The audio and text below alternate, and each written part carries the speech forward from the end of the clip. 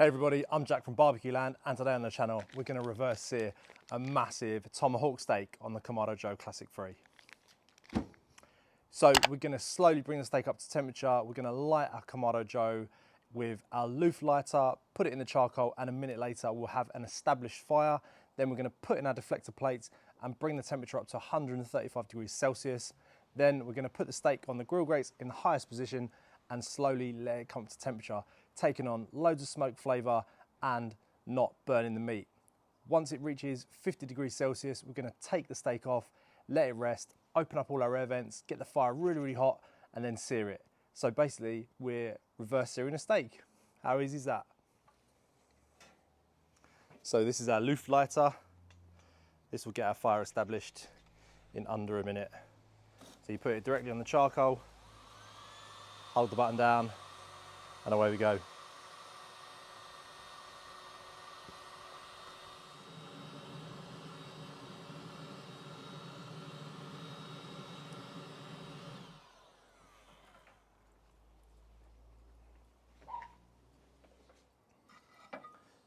Right, so we're going to put in our deflector plates now. What am I doing?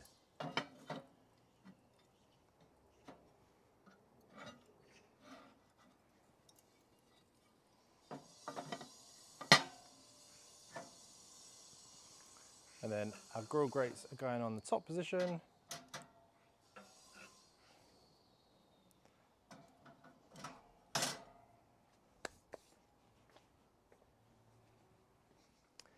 So the fire is established now inside the Kamado Joe Classic 3, and I'll just demonstrate how you will get your fire established. So you want to open your air vents at the bottom and at the top of the grill, and when it reaches the desired temperature you want to cook at, all you're going to do is just restrict the airflow and fine tune with your daisy wheel or your control tower at the top. And then we'll just get our steak on. It's that easy. Okay, so we've reached the correct temperature we want to slowly cook our steak at, 100 degrees Celsius. So we're gonna put our steak on, close the lid, and then restrict the airflow. So we're reverse searing a big tomahawk on the Kamado Joe Classic 3. The deflector plates are in and our grill grates are in the top position. We've closed off the airflow now at the bottom of the grill and at the top to keep that temperature steady, and we're going to slowly bring the temperature up to around 50 degrees Celsius on our steak, let it rest, and then we're going to sear it over high heat to finish it off.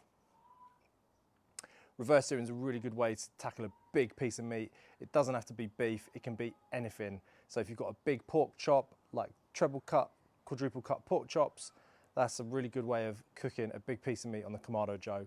Smoking it slowly till it nearly reaches the temperature you want to serve it at, and then searing it over high heat to finish it off and really get that Maillard reaction. Maillard reaction going. Yeah. So don't forget to like and subscribe to the channel, and we'll be putting out content like this every week. So we just probed our steak and it's in the higher 40s. So what we're going to do now is take it off, let it rest, and then we're going to take out our heat deflectors, being very careful because they're hot, and then we're going to crank the grill up to 300 degrees Celsius and sear the steak off. It's going to be amazing.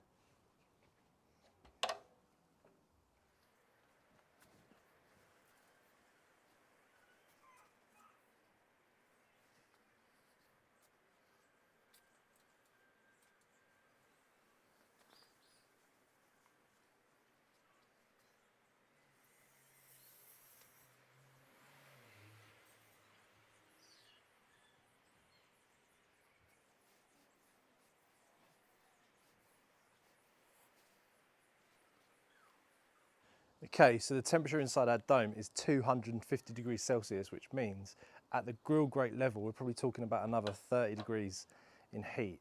So what we're going to do now is get this steak on, and I'll show you how you get those pretty sick grill marks. So, and then all we're going to do is get that steak on with a little positive pressure, which basically just means you're pushing it down.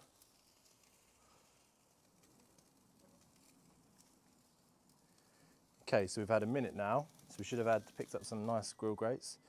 So we're just going to change the direction of our sear.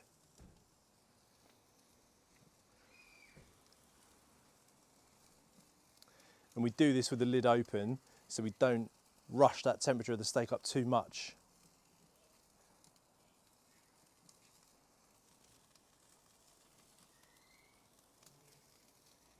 Okay, it's time to flip. But before we do that, so as you say, we've got some nice grill marks on it now. We're just going to sear off that fat cap.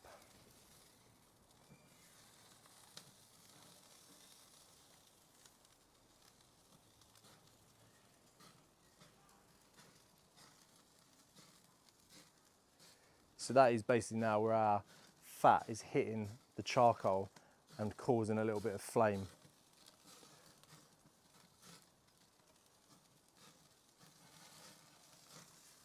Yeah, we're going to go back down now, some more positive pressure.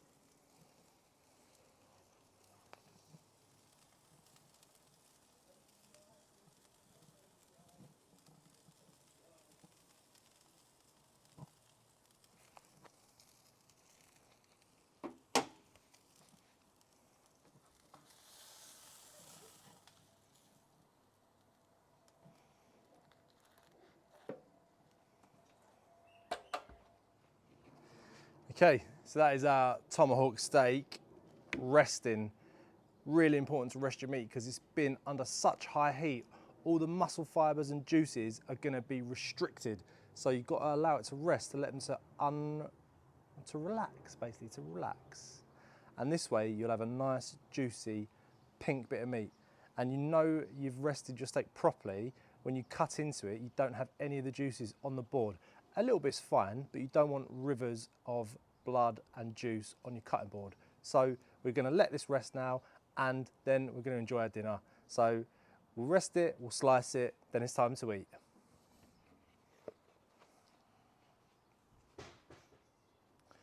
Okay, let's see how we've done. So the first thing you want to do is take your steak by the bone and then use your knife and follow the line of the bone, thus removing it from said bone. And then you want to turn it round like this. I'm trying to think of a better angle, so we need to go like that.